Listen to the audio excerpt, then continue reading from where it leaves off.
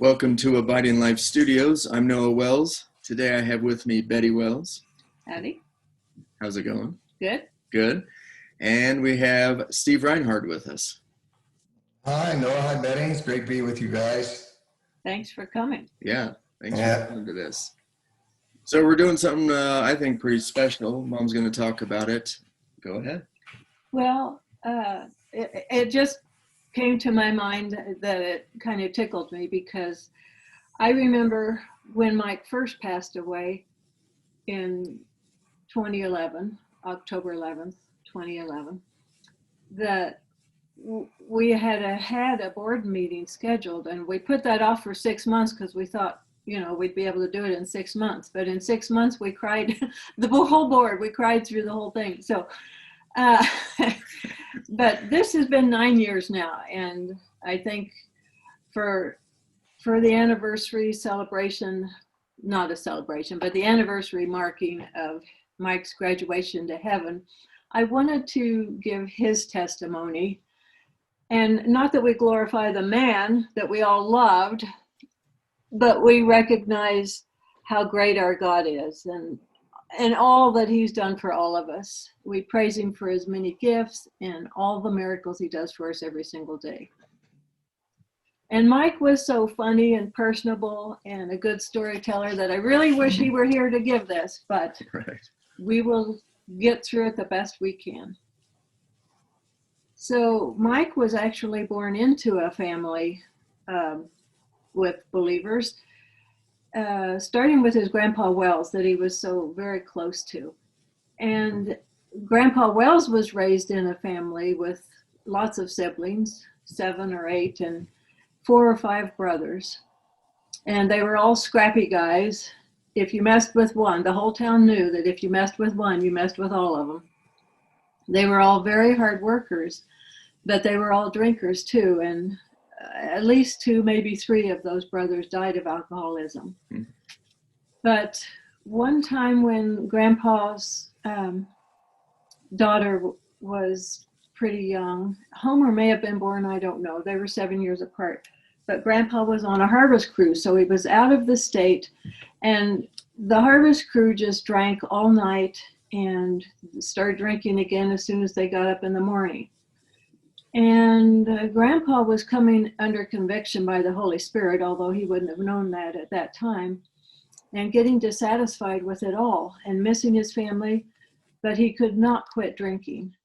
So finally he just prayed and said, Lord, if you're real and if you will deliver me from drinking, I'll go back home and reclaim my position in the family. And to his surprise, when he woke up the next morning, and the fellas passed the bottle to him, he said, no thanks. And he said, I'm going home. And he did. So that was his conversion experience. He was always a crusty guy, and he couldn't say a single sentence without 4-letter words. But he loved very well. He had a heart of gold. He was Noah's favorite and Mike's favorite. And his faith in the Lord lasted all of his days. So Mike's dad then received Christ when he was 19. He actually got married when he was 19 also. Mike's mom was 15. And at age 19, Uncle Truman, who was his uncle on his mother's side, and in case I said Grandpa Homer, now this is Mike's dad, Homer. It was real handy that they both had the same name. But anyway, at age 19, Homer talked to Uncle Truman and received Christ as his savior. And then when Homer was around 22 and Mike was born, he held infant Mike up to the Lord and gave Mike to him. And he talks about that still, how he did that. So Mike, as a youngster, received the call of God into ministry. I don't know where or how. I wish I would have asked, or I don't know exactly how old he was, but he was a child. But of course, he just ignored that call all his growing up years and just lived his life. He was not a subdued child, Some of my favorite stories of when he was a child was when he set his bathroom on fire, and he had to go get his dad out of bed to come in and see what he had done. And then he got mad at the neighbor man, so he set his tires on his trailer on fire out in the driveway. He always liked to fight, to box, and to wrestle. But he said his asthma kept him from football. But he rode horses, he hunted, he drove tractors and the farm vehicles at his grandparents' farm. I'm sure he was likable, as always. He had many friends, and his kindergarten or second grade teacher, I don't know which, picked him out of the class to be in her wedding. But Grandma and Grandpa Wells were the most stabilizing influence in Mike's life. But he was actually bonded to his grandparents from birth because his mother was 18 when she had him, and she had gallbladder trouble during the entire pregnancy. She would roll on the ground in pain. So as soon as Mike was born, they whisked her off to have surgery, and it probably wasn't that easy of a surgery back then, 1952. So he lived the first few months with his grandparents, and they were all completely bonded before he went back home. And he always felt like their home was his home. Growing up, he would beg to go see them, and sometimes Homer would say, "All right, you can go see them, but I'm going to spank you for going." And Mike would take the spanking just to go see his grandpa and grandma. By age 12, he was working in Grandpa's gas station. And I just think it's very interesting for all of us believers to think of ourselves the years before we were found by Christ, before we received Christ as Lord, and he revealed himself to us, because we were his children all along and didn't know it. Mm. Also, one thing I neglected to say in my own testimony was how many people told me they'd been praying for me during the time before I received Christ. After I received Christ, they told me that they'd been praying for me. Mm. And that was definitely true for Mike too. Starting with his family, they were praying for him, and a lot of others also. So when Mike was a teenager, he got in a lot of trouble with his friends. I don't think we need to go into all of that, but none of his friends that I know of lived to old age, and most of them died well before middle age. Greg Lagerberg was the last one of his friends from youth who passed away 2 or 3 years ago. Mm. Now, but it was true of both Mike and I, what Twyla Parrish used to sing, "I was so lost I should have died." But I'm sure that's true of a lot of us. Mm.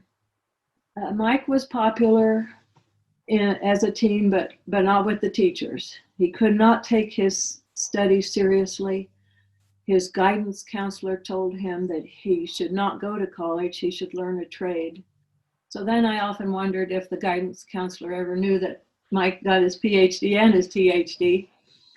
But anyway, his parents would not pay for his college, but they had for his older sister. So off to college he went. Mike said he always had a temper before he accepted Christ too. Mm. And that's something I never witnessed because we met as 1-year-old believers. Off to college he went. The first order of business was to join a fraternity because his sister's boyfriend encouraged him to do that. Mike had grown up fighting, boxing, and wrestling, and he wouldn't let anyone intimidate him. So in first semester, the freshmen were awakened in the middle of the night for a hazing, and each one was taken down an aisle between the upperclassmen while the upperclassmen were beating on them. So Mike saw what was happening, and he ran back to his room and loaded bricks in his pillowcase. And when he went through the aisle, he went through swinging and knocking them all down. So in the ensuing melee, he got thrown through a glass window from the second floor. The student health doctor was not happy that he had gotten awakened in the middle of the night to start with. Mike had a really serious cut on his hand. And when he found out why he had to get up in the middle of the night, why there was this injury, he was even unhappier. So he stitched Mike's hand up with no anesthesia at all. And yes, Mike got kicked out of the fraternity first semester, but it wasn't for that. But, you know, all things considered, I guess. And then he was a hard worker. He was used to having money because he'd started working so young. And he was working his way through college.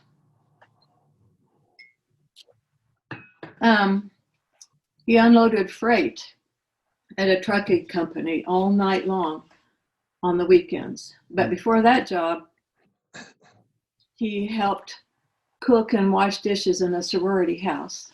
And the girls there were praying for him and kept inviting him to go to the Bible study. They promised, finally, they said they promised a gift if only he would come. So finally he went. I'm sure he went late. And the gift was a Bible. But what happened was that night at the Bible study, he received Christ as his Savior, and he was born again. And he went back out. He was living in a lake house with another fella, and he sat out on a rock all night by the lake, praying and crying and rejoicing.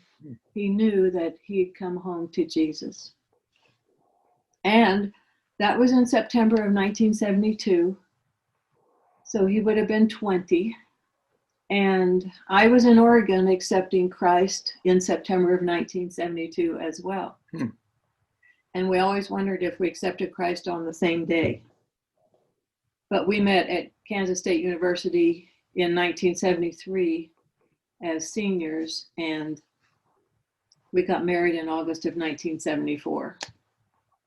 So we got married 2 years when we'd been Christians 2 years. When I first met Mike, it was obvious that he had been called to leadership. It was the Jesus movement time, so we would have some big meetings, and he would have helped organize them and concerts and different things. Even pastors would ask him in the meeting to pray or give input. And so I was always more of the shrinking violet type. So sitting by him was made me sweat because all eyes were looking at us. But of course, the Lord was preparing us to minister together and be together, so it wasn't a deal breaker. The sorority girls all had their eyes on him, but as God would have it, he chose me. Mike always said that he would rather burn out than rust out. And this he did. I think everyone would agree he did. Traveling, speaking, sharing, hugging, and loving through exhaustion, illnesses, pain, and all the inconveniences of every type. He needed downtime between trips, but usually he didn't get it. Everyone wanted a piece of him. So how Mike came to understand the need for a moment-by-moment abiding life in Christ was that when we graduated from college, his degree was in business, but he already knew he was called to ministry. And so after our first year of marriage, we moved to Tennessee with other young couples and our pastor, who was moving there to work in an inner city church. And at that place,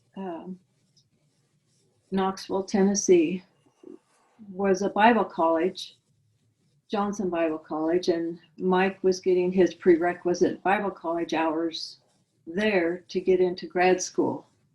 He was working full-time while he was doing that, making belts, and our first baby had been born 1 year after our wedding, so we already had her. And after the 3 years there, and he got his prerequisite Bible college hours, we moved to New Mexico to Clovis, New Mexico. In Portales, Eastern New Mexico University at that time had a master's program in Bible that was very good, and they organized the classes to just have them one day a week, so that all the fellows could work regular jobs. Mm. And he worked full-time as assistant manager at a grocery store because he did have his business degree. Now, I remember one lady in his grad program disdainfully called him a maverick. And for many years, I was insulted at that impertinence and rudeness. But truthfully, I've come to think that no one can have as much effect when there is much needed change if they're working quietly in the system and going along with the status quo. So I know he had just whatever bent on things he needed to have from the Lord for what he was going to do. And both the Bible College in Tennessee and the grad school in New Mexico were excellent programs of study, but Mike really learned that knowledge puffs up, and it's not the primary key element to ministering to people's deep need of Christ. And for his master's program, he had to memorize the content of every chapter in the Bible.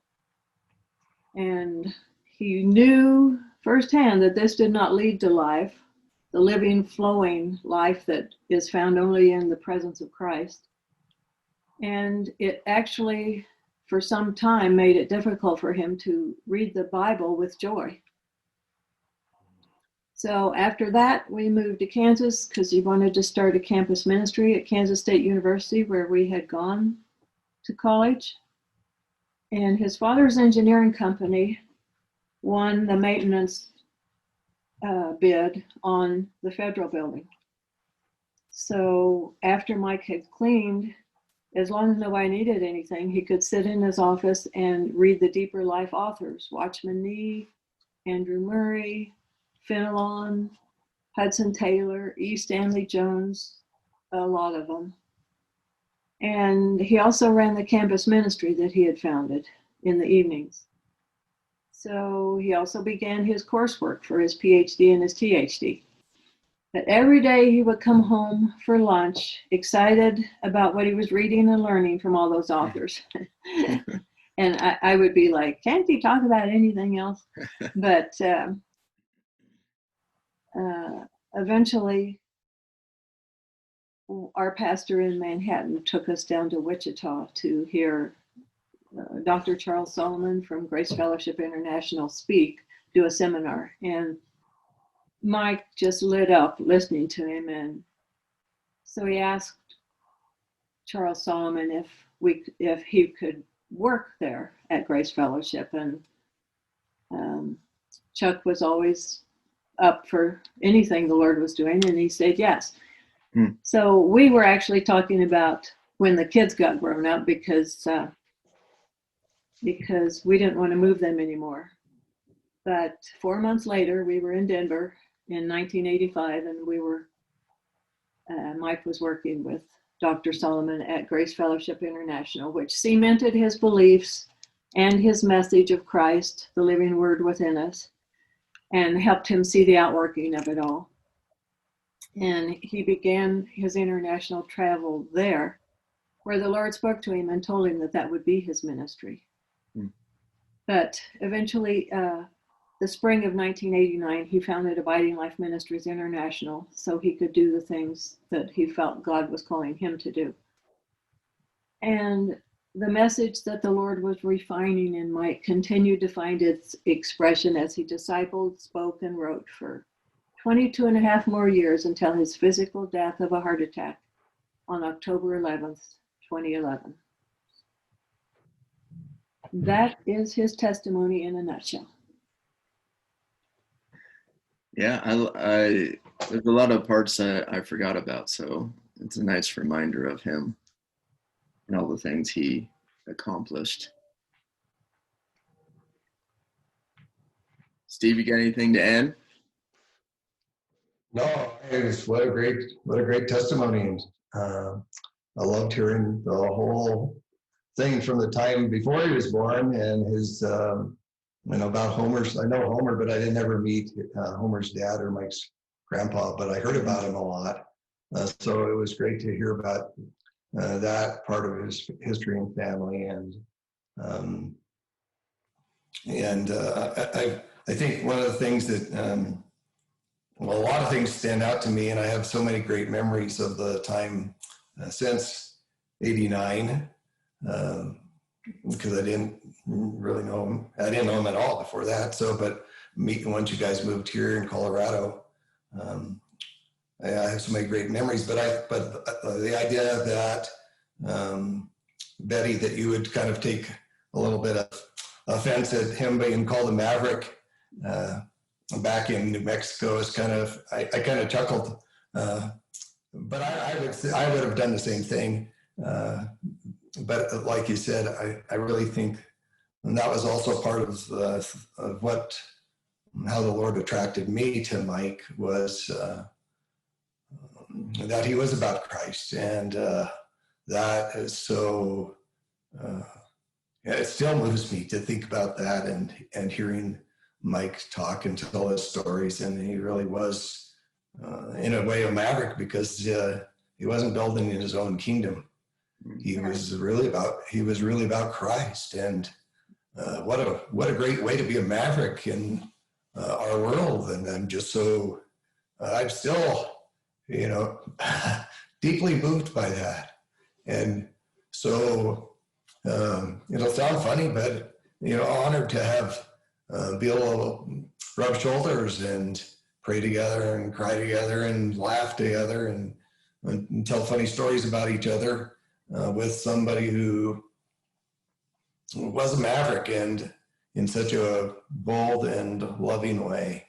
I'm just so grateful that you shared that part of the story, because it's the part that I actually love. I love the maverick part of Mike and being able to experience it firsthand. So even though it sounds kind of bad. Well, she said it in such an insulting way, and that's what stuck with me, like there was something wrong with him. When the fact is, as you are saying, God intended him fully to be that way because he was going to do something different. He was not cut from the cloth of being a church pastor, which is good for me. I would not have been a good church pastor's wife, I'm sure. But that's just the way it was. I had not thought about that woman for years, and the Lord brought it to mind when I was writing down the testimony. So, yeah, it was nice to include him. He was a maverick, not a maverick from the Lord. He knew his Father all the time, but he didn't follow men too much. Mm-mm. He had a lot of mentors. That being said, he had a lot of mentors and people that he drew material from, like Arthur Burt and Alex Matthew, absolutely. Eric Madison in England. Mm-hmm. Now we shouldn't have started this because we'll leave someone out. And that's not good. But yeah, but I think that's that's kind of another way he was a maverick is, at least from my perspective, that he wasn't, he wasn't just following any one man. He was listening to the Lord and all of those guys and other people too, all the different folks around the world that are actually in his book, about the saints is, I think in some ways, and I think that was another cool thing about Mike was he was listening to the Lord through everybody. Yes, and I think that's another interesting thing that we all go through. Everyone we know puts fingerprints on our heart. And some people stay around a long time, some people go off, but regardless, everyone has put some fingerprints on our heart and mind. And yes, and he got to have so many experiences with so many different people. The way he traveled, he knew and gained from a lot of people. Yeah, he sure did. Yeah, and I was just going to add, like, I was just sitting here thinking how he really did help me understand walking with Jesus. And, he knew that I couldn't read well, and he really spent the time on showing me that God doesn't just live in the Bible. He lives in me, he walks with me. So I think that's what I probably miss about him the most is even when I was an adult, I would come and see him in Pueblo and he would look at me and go, let's go for a walk. Because that's what him and I did so much. We went for a walk to find Jesus and I guess not find him, but see him, recognize him in so much. And, he would always do that with me, like, oh, look at those leaves. What do you see in Jesus in that? And I would, I could see Jesus in that. And we would talk about that. So, yeah, it's cool for me to see exactly, God knew exactly what I needed. And I needed a father like that could see Jesus in so much more than just the Bible. And yeah, I definitely miss him a lot for that. And very grateful that he showed me that. That was a cool thing about him anyway, that he could take prayer walks. Mm-hmm. If I go take a walk, I'm just thinking about this and that, but he could actually pray, and he loved walking every single day just to pray. Mm-hmm. Yeah, and that's cool. I definitely grabbed the baton from him on that because that's what I do. I love taking walks. I love just talking to God the whole walk and seeing what God has for me in that walk. So yeah. That's beautiful to hear. Yeah, he was a special guy. Yeah. And I add, or you guys? Yeah. So Betty, I had another question for you. So one of the things you mentioned was everybody wanted a piece of him. How was that for you? People often ask me, well, they used to often ask me, how could I stand it that he traveled so much? How could I stand it that the people wanted him?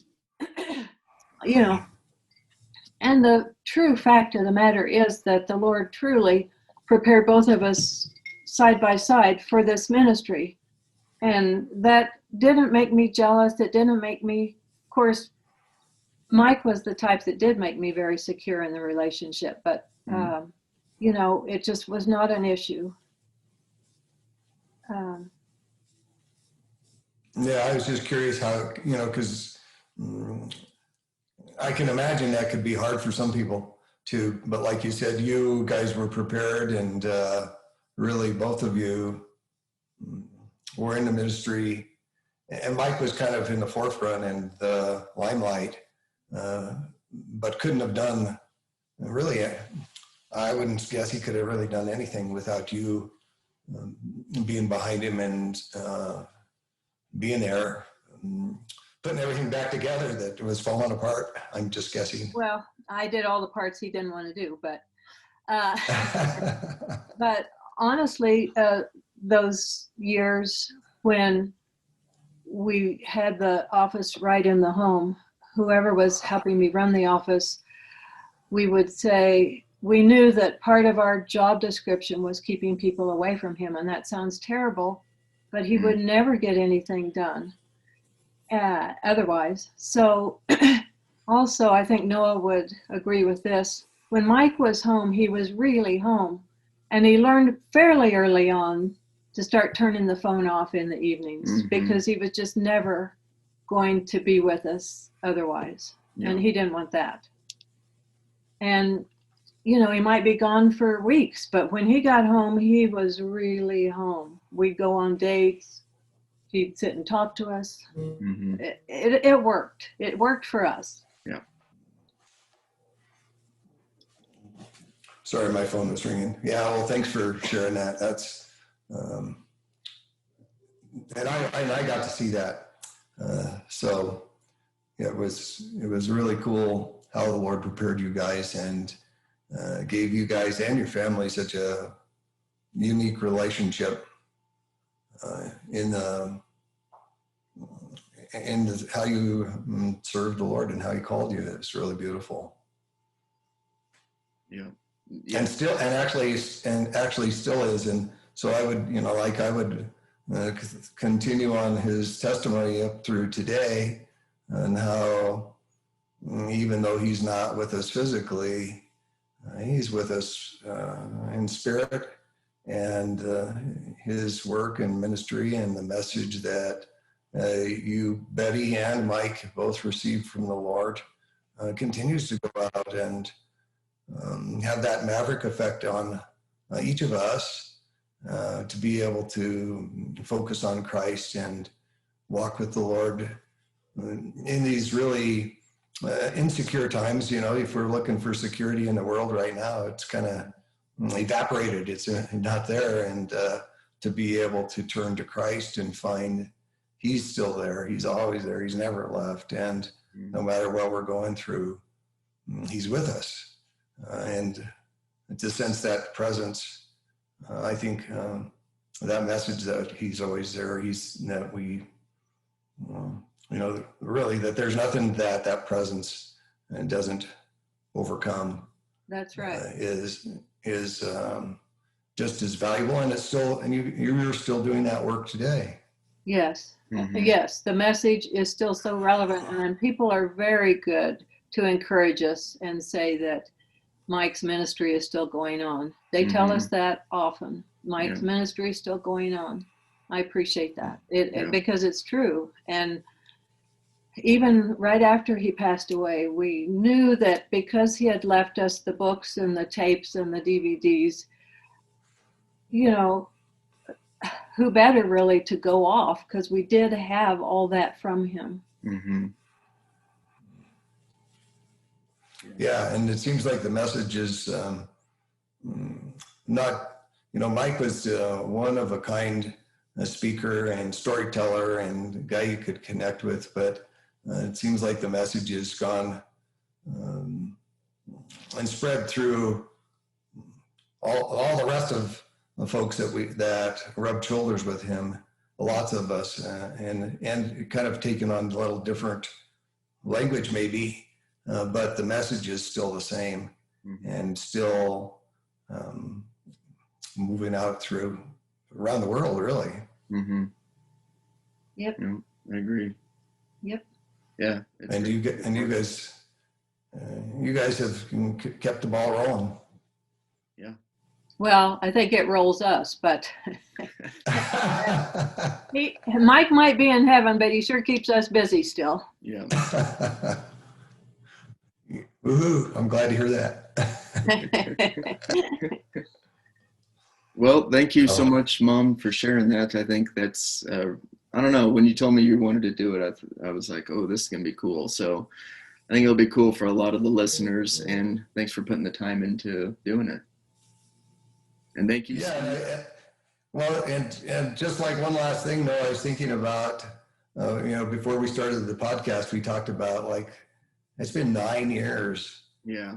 Since, like Betty said, that Mike graduated or entered heaven, and it's just I'm glad we're doing this as not maybe a memorial, but just recognition, that time's passed, and the message is still going on, and how much we love and admire and appreciate Mike, and what God's done through him. And like you were saying, Betty, to not to glorify Mike, but to be able to see how God moves in us, weak and flawed and frail people, and he actually does. So yeah. I'm just glad that you, Betty, brought that up and give us this opportunity to look at that and recognize, how God calls us and lives through us, and lived through Mike. And just grateful to be able to participate in that life. Yeah. And one kind of funny thing was, right after he passed away, I told Mike's dad that Mike had always so admired couples that died around the same time, because he felt like, they'd really lived their lives together, and he just loved that. And so I told his dad, well, either I'm not going to live as long as I thought I was going to live, or I've got a big surprise coming for me. But here it's been 9 years. Yeah. Like you said, it's been 9 years. Yeah, I'm glad you have had the surprise for you. Me too. Although it might have been more enjoyable for you to be with Mike, I'm thankful you're still alive and with us, and get to see Christ in you and experience his life through you. I wouldn't want to miss it. Mm. Well, it wasn't too long, within months after Mike passed away, I realized what a privilege it is to be a widow, because God truly does move in and take up the need. And so we know him in ways, widows know him in ways other people don't, just like a lot of other people know him. I just told someone the other day, because she suffered so much. And I said, you know God in ways I don't know him, because I'm healthy. So it's not better than anyone else, but it is a privilege. It is a privilege to be a widow. I would just as soon be in heaven with Mike too, yes, but never mind. And I know that's not a sin to yearn for heaven. I had to learn that. It's not a sin to yearn for heaven. It's normal for us. That is our home. But we want to stay here just as long as the Lord wants us. Yes. I'm writing down a couple of things. I think that you've given us a couple of great ideas for doing podcasts, Betty. And so one would be like the privilege of being a widow. Because like you said, I don't know what that's like, and I don't know how, that privilege, but I'd love to hear about it from your perspective. Yes, and I'm sure other. Yeah, I could have a couple other. Yeah, we could have a couple other widows too on it. That would be pretty cool. Yeah, that would be. I would like that. And then the other thing you mentioned, that it's it's not a sin to yearn for heaven. I think that would be another great idea for a podcast, to be able to dive into that, because probably some of us think it's a sin to yearn for heaven, or a sin to want to stay here on earth. But it would be cool to hear you about that. I'd love to hear that. That would be excellent, because I don't know that it is specifically taught in churches, but I run into that attitude a lot, that you can't yearn for heaven. You're supposed to be working here, doing what the Lord wants you to do here, and enjoy this. So you can actually do both things, but yeah, that'd be great. I'd love to hear about that. Okay, great. All right, we'll plan that at some point. Thank you, Steve, for just everything. Steve's really, he really, I don't know what you want to call it. Steve was one of Mike's best friends, so it's nice to have him on here. Yes, it is. And after Mike died, you've stepped up and really you stepped up with us and helped us so much. And I just want to say thank you for that. Thank you for giving me a privilege and letting me move into your life and world. And I'm just so grateful. I love living with Mike and you, Betty, and Noah. Even before your dad passed away, you and I were close friends, and so I'm just grateful, and I'm grateful to not like all of Mike's other friends who are dead. So yeah, exactly. I get that. I wasn't one of his boyfriends like Greg Walkerward, but I'm happy to be here, living with you guys. Yeah, it's the ones that grew up with him. Honestly, they just fell out early. Yeah. But thank you, Steve. Thank you so much. Thank you, Betty, for doing that, and thanks for the listeners. So we'll do another one soon. Thanks for listening.